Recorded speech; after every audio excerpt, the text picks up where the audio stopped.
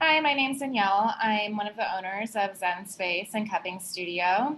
I'm a body positive practitioner. I'm an acupuncturist by trade, and this is my friend Emily.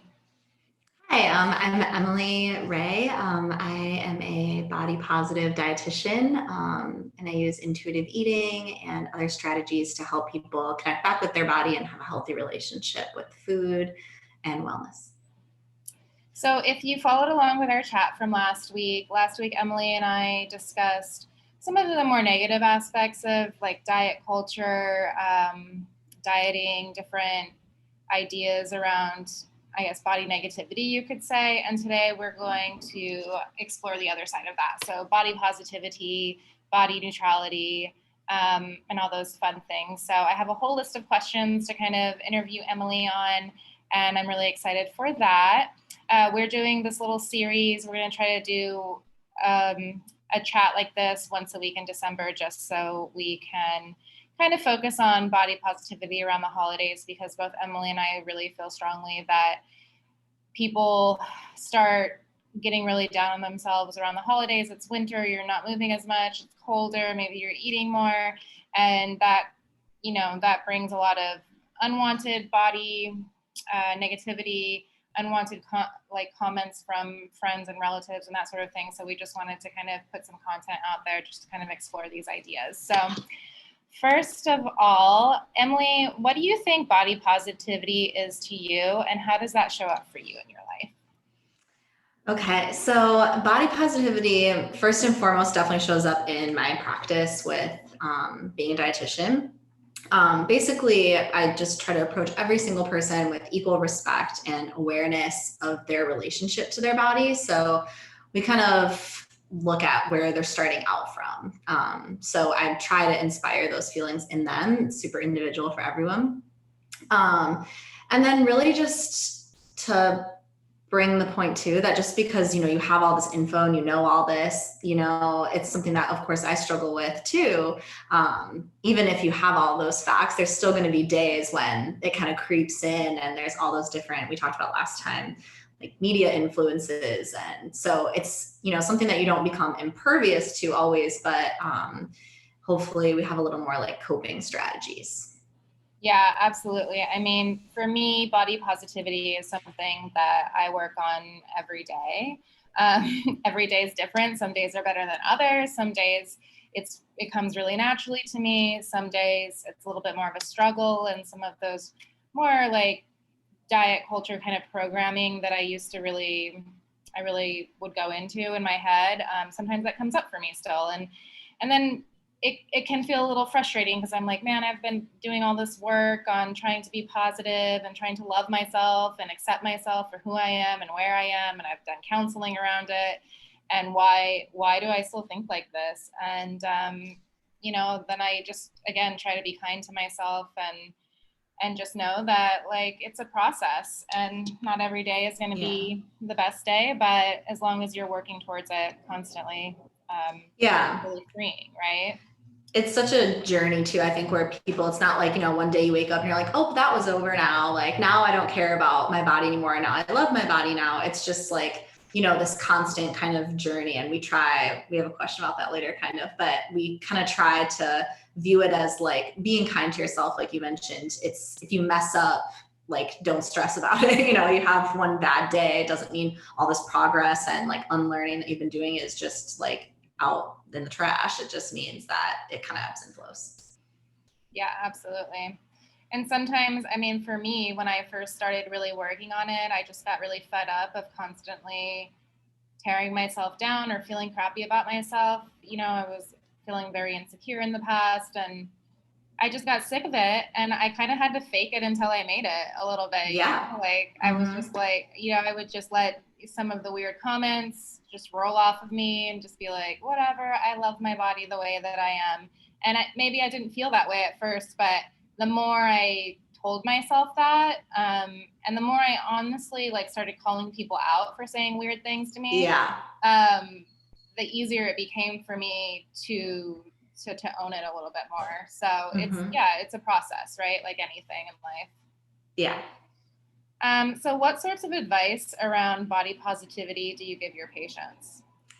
So I kind of mentioned this in the last question, but first I'm kind of assessing like, where are you at? You know, if you're still in a space where you're like, I need to lose 30 pounds to feel like myself, or, you know, you're still in a space where you're having negative thoughts like a lot of times per day about the body. We're not going to go right to like, oh my God, let's celebrate and like have this great body positive relationship. We're going to try to find what's realistic for them. A lot of times people, like, it's kind of hokey. Like, since I'm a yoga teacher too, it's like not hokey at all to me, but if people are into it and receptive to it, positive affirmations work so well. I mean, all you're doing is negative self-talking. So it kind of stands to reason positive self-talking will have the opposite result. And, you know, there's evidence that works.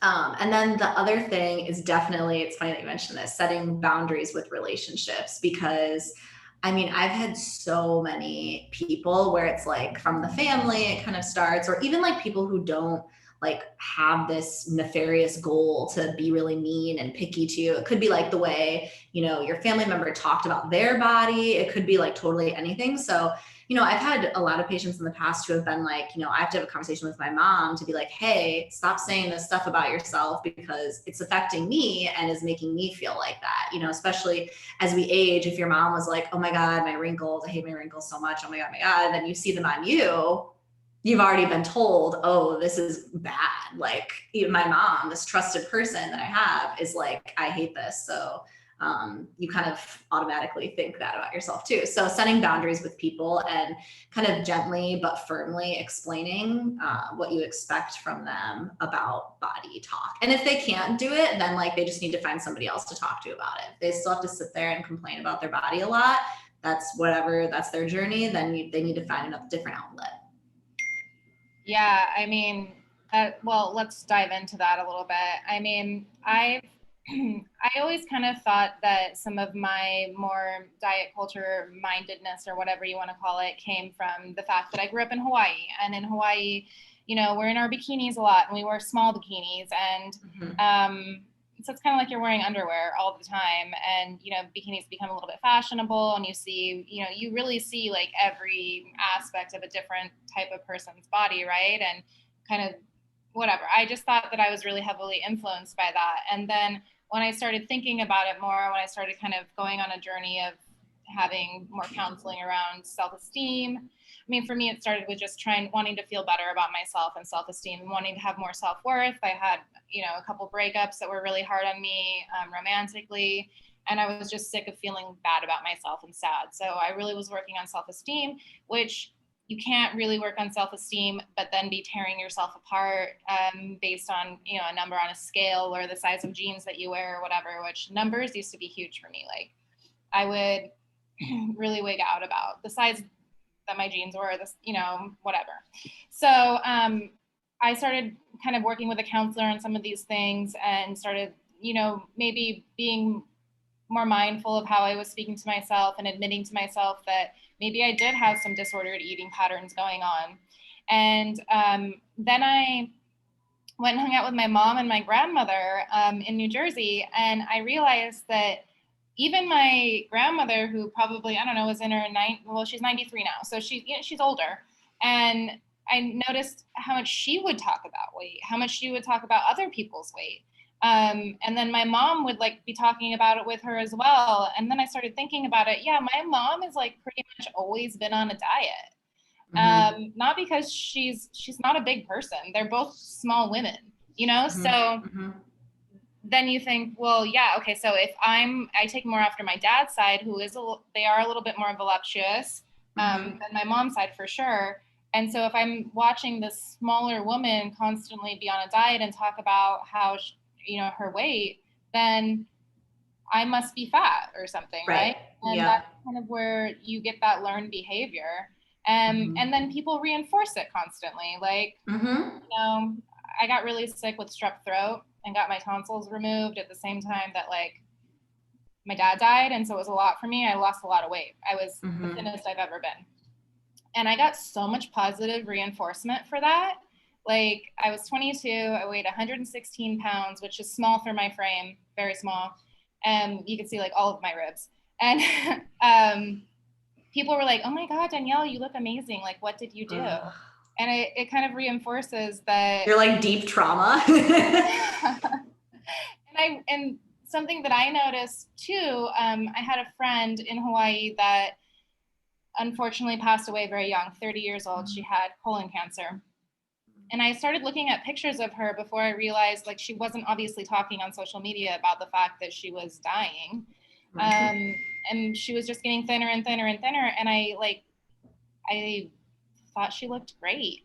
And I was wondering what she was doing, you know? Yeah. And then I found out that she was like dying of cancer, only drink her food at the end. And I was in Chinese medicine school and we were talking about how, you know, like your organs shut down basically based on the least essential. So like your heart and your lungs, they're the most essential organs. So when your body can't support itself anymore, it starts shutting down like least vital organs first. And so, you know, like digestive tract is less vital than like your heart. And I was like thinking to myself, like, oh my God, I'm like, that's really sick, Danielle. That's a sick thought that you're looking at someone who's dying and thinking, you know, how do they get that thin? And I think that that's kind of like those two instances in my life, I would say, kind of like really flipped the script for me. But words are powerful, you know, and the words that you say to people are really powerful. So if you give them positive affirmations about something when maybe they're sick and you have no idea what's going on, you know, maybe just like don't comment on their weight because you don't know if losing weight or gaining weight or whatever, you know, there's all that stuff that we're working on. So I think it's just that it's a good marker to just never comment. Like there's really nothing you can do. Like if you're notice someone gaining weight or losing a lot of weight or something, just ask them, how are you? Like you can ask other things that aren't like, hey, I noticed that you like gained 20 pounds. Like what's up with that? You know, like there's a lot of other ways to check in on someone's health. If that's actually what you care about when you're asking that question, there's a lot of other things to ask about. Yeah, absolutely. So sorry, I went on that tangent. But no, that was great. Anyway, so what's the difference between body positivity and body neutrality? Yeah, so body positivity is kind of more of like a celebration. We're feeling really good about ourselves. You know, you might look in the mirror and, you know, there's a day when you see more positive than flaws. So you're able to kind of appreciate and not really appreciate, but like really feel like that self-esteem and confidence. And then neutrality is like that bridge zone that we're kind of hoping eventually leads to the positivity, but right, it's not like a linear journey. It's back and forth all the time. But body neutrality is kind of that space that we're trying to get people to experience, because it's a lot better than the like self-hatred kind of stuff. So, and that's a really like big word, is the self-hatred, but it's really just kind of the truth. So it's like body negativity or that like kind of self-hate. So we're trying to get people to move away from that and go more towards like, okay, what can I appreciate about my body today? You know, it might just be like, I love to walk, or, you know, I go hiking or something. And so we focus like my legs carry me, you know, and that's great. And that can be positivity, but that might just be like the fact where you're like, okay, well, I also like hate that I have like stretch marks on my legs or something. And then, you know, we're kind of like moving away from that negativity to just like facts. And then hopefully we can get to a point where we're like, this is great. And we don't feel that. And also it's really important to mention that like there's thin bodies and there's like mid-sized bodied people where like, you know, you can fit in an airplane seat, and there's like, you don't have to worry about like, you know, chairs with arms on them or something like that. Right. And those people like aren't experiencing the exact oppression that other actual large body people. And I think we can talk about that a little bit more later, but it's like super important to mention. So yeah, we'll talk about that in another question. It'll be better. Yeah. Well, that kind of leads me into my next question, actually. Like, do you think body positivity can ever be kind of toxic for people? Like, is there a time and a place like where body positivity almost isn't like, it's, I don't know. Yeah, it's toxic. Like maybe we should be more neutral about it, or what do you think about that? Yeah, so I think everyone's individual journey is different. I think there's a lot of people who like, they have to be celebrating their body in order to like overcome whatever's happening, like kind of like a taking back of like the word fat, for example. You know, it used to be like, almost like with Black Lives Matter, like you didn't talk about race or you didn't talk about it just because like it was like offensive to talk about it, like, you know, the erasure. So people in larger bodies are kind of coming back and reclaiming that too, and being like, hey, like I'm fat, it's not a problem. Like we don't need to tiptoe around it. It's literally just the size of my body. And the fact that you're tiptoeing around it makes me uncomfortable because like you're more uncomfortable with it than I am. Anyways, but yeah, so I think it can be, body positivity can be toxic. I've had a friend who was looking at a specific trend that they were seeing on Instagram, like, oh, look, like this is about, I'm not even going to name it because like nobody needs to think about it if they don't know about it. But it was like, hey, if you have this aspect to your body, it's fine. Like, look, like I have this, everything's fine. Some people have this like aspect of their body. And she was like, I never even thought to consider that area of my body before. But then when she's seeing it on Instagram in the body positive kind of space, they're like, wait, should I be like worried about this? So I think sometimes it can definitely like hyper focus. And I mean, I find it's usually better to take some focus away just because we're already so hyper aware of it. So yeah, I think it can definitely be toxic in that way and lead to like more of a focus on the body, but it just depends where you're starting from too. Yeah, absolutely. The only reason I had asked that question is because sometimes, well, on Instagram, I'm on Instagram a lot for business, also because I just have a mild addiction to it, which is really bad. But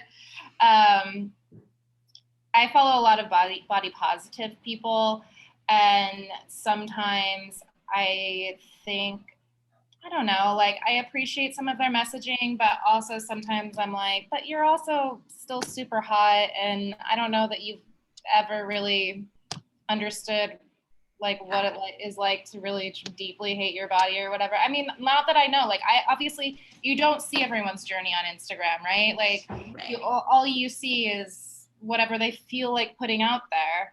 And there's some people that do it really well, and there's some people that do it in ways that maybe feel a little insensitive to, or triggering. I would say it's triggering, you know, to people. And so that's just kind of why I wanted to ask your advice on that, because you're a dietitian and you kind of work in this space all the time. Right. But yeah, I mean, it's important what you put out there too, right? Mm-hmm. And one thing that definitely needs to like just totally go is like really thin white women posting like, look, like I have rolls too. And it's like, you know, they're leaning forward, like crunching, kind of making themselves into this. Like, this isn't really for you to talk about. Like, you don't need to put your picture out there. Like, there's just no reason. Like, dietitians do it. A lot of like fitness modeling people do it. The only time I've ever seen like one person like post a photo like that and it was informative was she was a fitness trainer, but in the past she was addicted to drugs. And she was like, I've had abs when I was like doing hardcore drugs. This is not something that like, this is my body. Like, it's not something that we need to look at as like a fitness thing. She's like, now, yeah, I'm a fitness trainer, but you know, I was like doing cocaine and had like a perfect 6-pack. So, you know, I think that's like the only time when it's like, hey, this can happen. This is just her body type rather than that. But that's pretty much the only time where I ever saw like a really thin body person giving something meaningful on social media in regards to like photos, for sure. Yeah. And they just need to stop doing that because it's just not good. I love Anna Victoria because she's a fitness like Instagram model and sells her fitness workouts on Instagram basically, and she's always posting pictures. Well, of course she looks like $1 million, right? But then she'll post another picture where like, well, this is what my body looks like posed differently. It's all, you know, it's all just perception, right? I always really appreciated that about her, because it is all about how you're posing. Like I can hold a camera up above me and look a certain way and then I would look if people are looking. Totally. I like the different angles ones more than the like, hey, look, like I'm like a little fat too.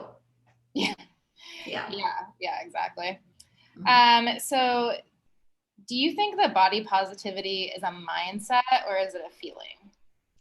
So I think we first start with adjusting the mindset. Like you said, kind of that fake it till you make it thing. You know, we're trying to connect those neural pathways to a positive way. And then I think that eventually it does become more of a feeling over time, that people might be able to recognize, might not. And as we kind of like build up self-esteem, I think I mentioned before, like a lot of patients that I'll have will start to kind of like draw boundaries in relationships, like not about body top positivity, or they'll start like taking more time for themselves. Like just when they start, it's kind of like this whole transformation of like, wait, like I'm not wrong. Like my body's not offensive. Like I've been told this my whole life. So it's kind of like an awakening for a lot of people of like, okay, now what do I do with this? And now like, I really believe that like I matter and there's nothing wrong with me. And so sometimes that means like a few life changes. Yeah. Mm-hmm.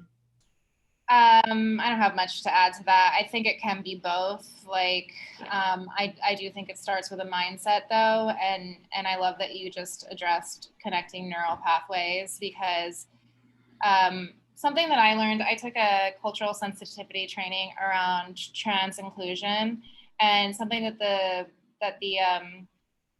presenter said was, you know, we're like constantly taking in information as babies, you know, like babies are just, the reason they're not talking immediately is because they're connecting all these different neural pathways in their brain. And if you have been, you know, kind of conditioned to see, you know, one thing in a certain way, it may be hard to change that perspective. So what you have to do is like actively work on changing those neural pathways, and that is possible. So you can definitely change those, you know, you can definitely like build better bridges in your brain, essentially. And I loved that. I loved thinking about actually changing brain chemistry. And that is so applicable to body positivity, you know, because if we were conditioned to think that we're fat and talk about weight and, you know, whatever, then we do need to just start telling ourselves like affirmations, like you said, rewiring those pathways. So every time a negative, you know, self-talk comes up in our head, counteract that with something positive. So like for me, something I worked on with a therapist was every time I had like a negative a negative idea about my body, like, oh man, I wish I wasn't so fat, I wish I fit into those jeans, whatever. Instead, I would stop myself and I would say, Danielle, you are perfect just the way you are. Mm-hmm. And it was just as simple as that. And it did help, you know, it helped. Like I had to remind myself at first, and then it got easier and easier. And then suddenly it just popped up into my brain, you know, sometimes along with like negative self-talk, but yeah, super That's important. Awesome. Okay, so we hear the term size, like healthy at any size, quite often. And can you talk about a little bit about like what that really means? Mm-hmm. So there's kind of like a couple different things. So there was a book written a long time ago called Health at Every Size by Lindo Bacon. And that is kind of like the framework initially of like, hey, there's something weird going on about weight in healthcare. So they kind of had a lot of, like their book has a lot of sciencey info, and I'll recommend it to people sometimes, but it's just like a lot to get through for the average civilian. But basically, and then there's a separate like movement called Health at Every Size that practitioners could have, like acupuncturists could be like a HAES, we'll call it HAES for short, acupuncturist or something like that. So, and all that means is that we're not going to look at weight as the culprit for everything that's wrong with you. A really good example would be like, you know, someone goes into the doctor's office and they're kind of like dismissed for their health, or their health concerns are dismissed, and they're like, oh, like you're just overweight, like go lose 30 pounds and then come back. And, you know, they give them no resources to do this. Not like, you know, I really want them to do that either, but like they don't give them any kind of like guidance, and it's just sort of like, well, whatever. But if a thin person comes in with those same complaints, we might do a little testing. We might do a little like, you know, diagnostic things to figure out what's going on. You know, I've had, like my mother has arthritis. She's like a whole host of autoimmune stuff. And she's always been overweight. And her physician had told her actually that her arthritis would be worse because her bones have to like hold and her joints have to hold all that like extra weight up. When in reality, her bone density is like insane, like amazing, so great. And she's super healthy. Like there's nothing, you know, for everything that she has going on, there's really nothing that we can pinpoint that needs to be addressed, yet weight is always part of the conversation when she goes to the doctor. Whereas even if you're thin or even underweight, you know, they're not really like looking for that unless you seem like very malnourished. You know, they're not going to bring any of that up. So it's really not good for like either party. And so health at every size basically means that in a practitioner way, we're going to look at everybody, treat everybody with equal respect, and not make weight the central focus of your visit. You know, I have physicians I'll refer to that like rip the automatic BMI off the chart or something like that. And they will, you know, keep it like not triggering for patients at the doctor, you know, because they don't know. They're not like, do you have a history of an eating disorder? And then let me tell you to lose a bunch of weight. Like they have no background of that. They're not going to ask that. They just don't. So it just is a way of looking at everybody as an individual. You know, some people are this size, some people are that size, and we're going to provide equal, respectable healthcare to everyone. Yeah. Mm-hmm. Yeah, exactly. BMI is just such a scam, but yeah, a scam. Yeah, lots of scamming. Yeah. What are some things that you think mainstream media can get better at in terms of being more body positive? Yeah. Oh, so medicine or media? Oh, sorry, medicine. Okay, yeah. I was like, wait, I have a question. Media has a lot to work on. Yeah. But yeah. A lot to unpack. Yeah. So medicine, we kind of like, we're talking about this in our previous question. Definitely weighing patients as a baseline, it's just not really necessary, especially if you're like a HAES provider and you're not going to sit there like harping on weight a bunch. So I always like refuse to be weighed at the doctor. And unless like you're sometimes for like pregnancy or if you have like a medication dose or something, then you can be weighed. Or you must be weighed, but you can always say like, oh, I'd like to like turn around or something. I don't want to see my weight. Just because I think, you know, getting to that point where you truly don't care about the number is like, that's some next level stuff. And so always good to like refuse to weigh. I even tell like my thin body friends who don't care at all, like just refuse to be weighed, like normalize it, because there's just no reason. So, and there's a lot of like, you know, the weight stigma, like physicians all the time are talking about this. I think that hopefully this younger generation of people will be a little more aware of this. But, you know, we need to stop viewing really just fatness as a disease and kind of have a deeper understanding of holistic healthcare and how everything kind of like makes a piece of the puzzle.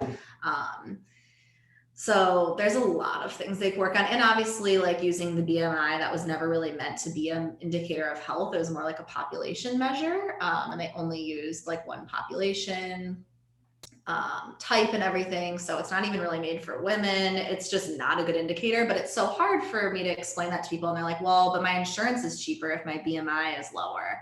Or like, you know, doctors will get like kickbacks for like recording weights and stuff. And it's like, it's just not, the system's not set up that way. And that's why this is a really hard like journey to go from, you know, like we're really swimming upstream a lot. And it's really hard in healthcare. Like if I think about working in a hospital or, you know, there's so many like dietitian jobs, even for like weight loss clinics or something like that. So it's even hard for me as a professional to feel supported, among other practitioners when it's such a polarizing view still. But there's a lot of resources like on Facebook, there's like a Metro Portland, like HAES group for people in larger bodies or people who are just looking for HAES providers. Like I make sure every single person I see is that way just because I want to support that. So, you know, there's definitely resources to find that out and there's people doing the work, but like, you know, a lot of people are still stuck in that old mindset. So I think we definitely need like a refresh there and some actual science going on. And I think a lot of, I keep saying physicians, but it's like a lot of the whole medical team. But, you know, we need to stop viewing fatness as a disease and viewing people as a whole person.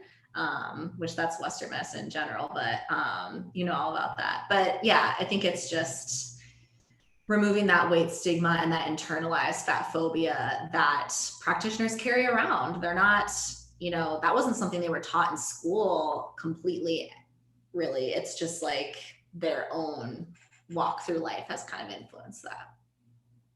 Yeah, I would love to just not ever talk about BMI again. And I also refuse to weigh myself. I mean, I refuse to weigh myself because the number is triggering to me. So I just remove that trigger. Like I see that it's there, and I just don't want to even have to deal with it anymore. So.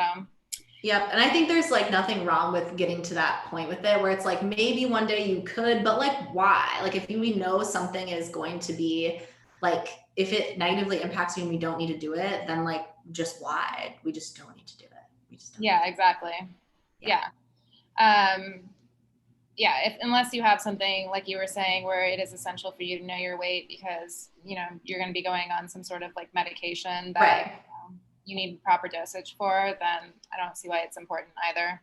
All right. So the last question, I do want to wrap this up, but last question I want to ask you is, do you think that it's possible for someone to be body positive and still want to lose weight or gain weight or have cellulite or not have cellulite? Like, are these thoughts always grounded in negativity, or do you think there's some sort of a happy medium, or, expand on that a little. So I think it's just really important that we always come back to why. So when you're having those kinds of thoughts, like if we're like, okay, I want to lose weight, why? Okay, because I want to be thinner and like I want to be accepted. Why? Like why? What is happening? What's pulling at you to make you have those desires? Because they're not just like, from nothing. It could be like, we can get real deep on the end and be like, because my mom accepts me more because I feel like I deserve love more when I'm thin, something like that. Usually it does have like some deeply rooted thing. Whether people are willing to like really dig into that or not is kind of like, your individual journey.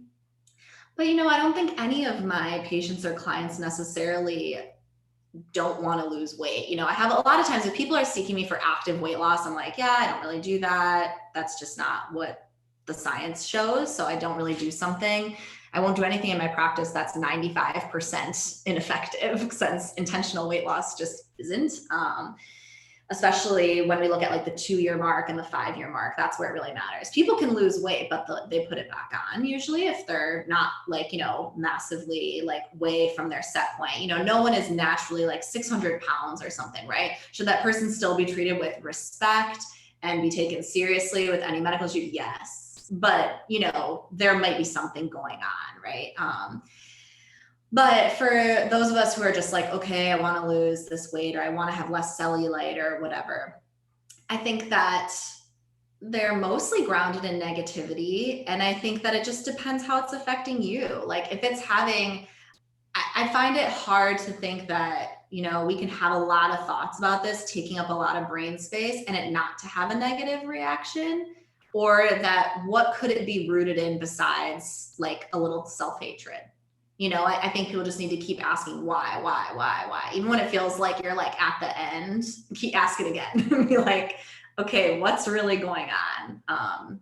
Sometimes it's control. Sometimes it's, I think especially now, like so many of us have gained weight during quarantine and, that's something that every time I ever post anything about that, people are like, oh my God, like this is me. Like, yes, it's everybody. So I think that it could be like a slippery slope to allow even a little bit of that in. Absolutely. But we want to be reasonable and realistic. Absolutely. Yeah. I wrote that question because that's something that I get when I post body positive things or,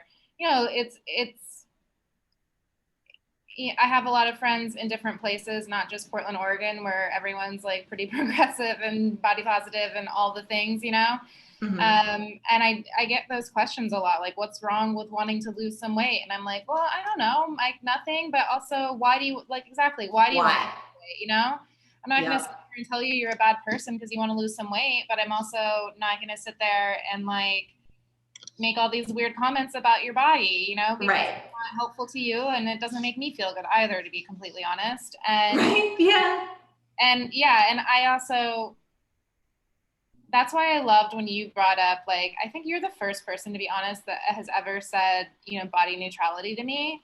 Mm-hmm.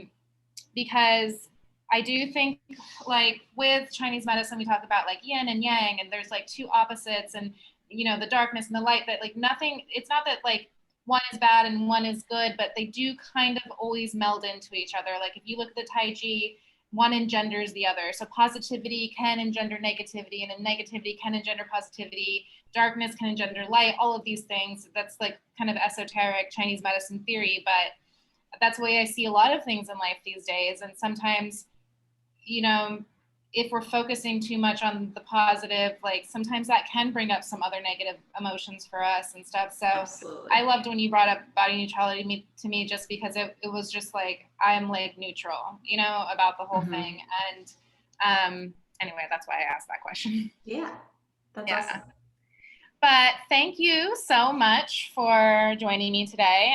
And next week, we're going to talk a lot about body positivity and some of these ideas around the holidays and dealing with family, and how to deflect some weird comments that you might get from, you know, your grandmother or whoever. But I did want to close with asking you, we talked a little bit about affirmations and rewiring our brain space. So maybe we can just give everyone a little call to action of finding their affirmation that works for them. And so I shared mine with you, but what's yours, Emily? Do you have any? It's like not always super related to the body, but thinking I am well and I have everything I need. That's what I kind of go back to, and knowing that like whatever I need to like cope and whatever is going to happen, I have everything I need. That's a good one to me. I love that. That, you know, that can be related to the body and like so many other things in life. So I think that's amazing. I love that. All right. Well, I'm going to sign off. Thanks for joining us. Stop it.